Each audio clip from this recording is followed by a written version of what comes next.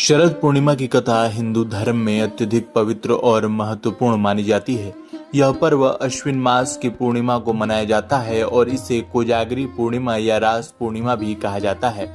शरद पूर्णिमा की विशेषता है कि इस दिन चंद्रमा अपने पूर्ण कलाओं के साथ आकाश में होता है और माना जाता है कि चंद्रमा से अमृत की बूंदें गिरती हैं, जो जीवन में सुख, शांति और समृद्धि लाती हैं। इस दिन कई धार्मिक और पौराणिक कथाओं का वर्णन किया जाता है।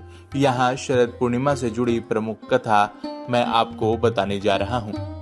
शरद पूर्णिमा की कथा इस प्रकार है कि पुराणों के अनुसार शरद पूर्णिमा के दिन माता लक्ष्मी पृथ्वी पर विचरण करती हैं और कोजागरी यानी कौन जाग रहा है यह पूछती हैं। जो लोग इस दिन जागरण करते हैं और मां लक्ष्मी की पूजा करते हैं, उन्हें धन, ऐश्वर्य और समृद्धि का आशीर्वाद प्राप्त होता है। इसी कारण इस दिन रात्रि जागरण और मां लक्ष्मी की पूजा का विशेष महत्व है। इस संबंध में एक प्राचीन कथा भी है। प्राचीन समय की बात है, एक धनी व्यापारी था, लेकिन अचानक उसका सारा धन नष्ट हो गया और वह गरीब हो गया। इस दुखद परिस्थिति से उसका परिवार भी प्रभावित हुआ। उसकी पत्नी ने एक दिन उससे कहा कि हमने शायद ऐसा कोई पाप किया है, इसलिए हमें ऐसा दंड मिल रहा है। तब व्यापारी ने विचार किया कि वह किसी ज्ञानी ब्राह्मण से अपने दुख का कारण पूछेगा। ब्राह्मण ने व्यापारी को बताया कि शरद पूर्णिमा के दिन रात भर जागरण कर मां लक्ष्मी की पूजा करनी चाहिए। व्यापारी ने ब्राह्मण की सलाह मानी और शरद पूर्णिमा की पूरी रात श्रद्धा से लक्ष्मी जी की पूजा की। लक्ष्मी जी उस पर प्रसन्न हुई और कहा, तुम्हारी भक्ति से प्रसन्न होकर मैं तुम्हें धन धान्य से संपन्न कर दूंगी। इस प्रकार व्यापारी की स्थिति सुधर गई और वह फिर से समृद्ध हो गया। इस कथा से यह संदेश मिलता है कि शरद पूर्णिमा की रात मां लक्ष्मी पृथ्वी पर विचरण करती हैं और जो लोग श्रद्धा से उनकी पूजा और जागरण करते हैं, उन्हें उनका आशीर्वाद प्राप्त होता है। शरद पूर्णिमा के दिन श्री कृष्ण और गोपियों के संबंध में भी एक कथा है। शरद पूर्णिमा का एक और महत्वपूर्ण संदर्भ भगवान श्री कृष्ण से जुड़ा है।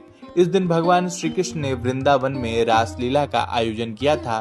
कहा जाता है कि इस दिन श्री कृष्ण ने अपनी बांसुरी की मधुर ध्वनि से गोपियों को बुलाया और उनके साथ रासलीला की। यह रासलीला प्रेम और भक्ति का प्रतीक है, जिसमें गोपियों की श्री कृष्ण के प्रति असीम भक्ति और समर्पण दर्शाया गया है।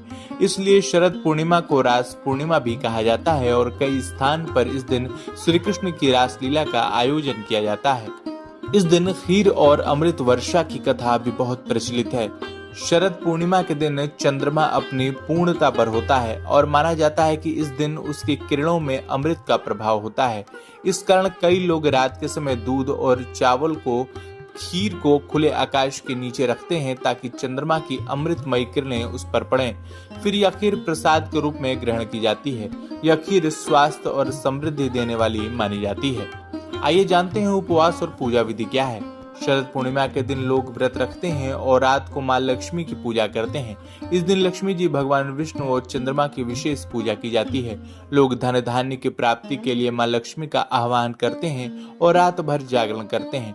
पूजा में खीर का भोग लगाया जाता है और इसे प्रसाद के रूप में बांटा जाता है।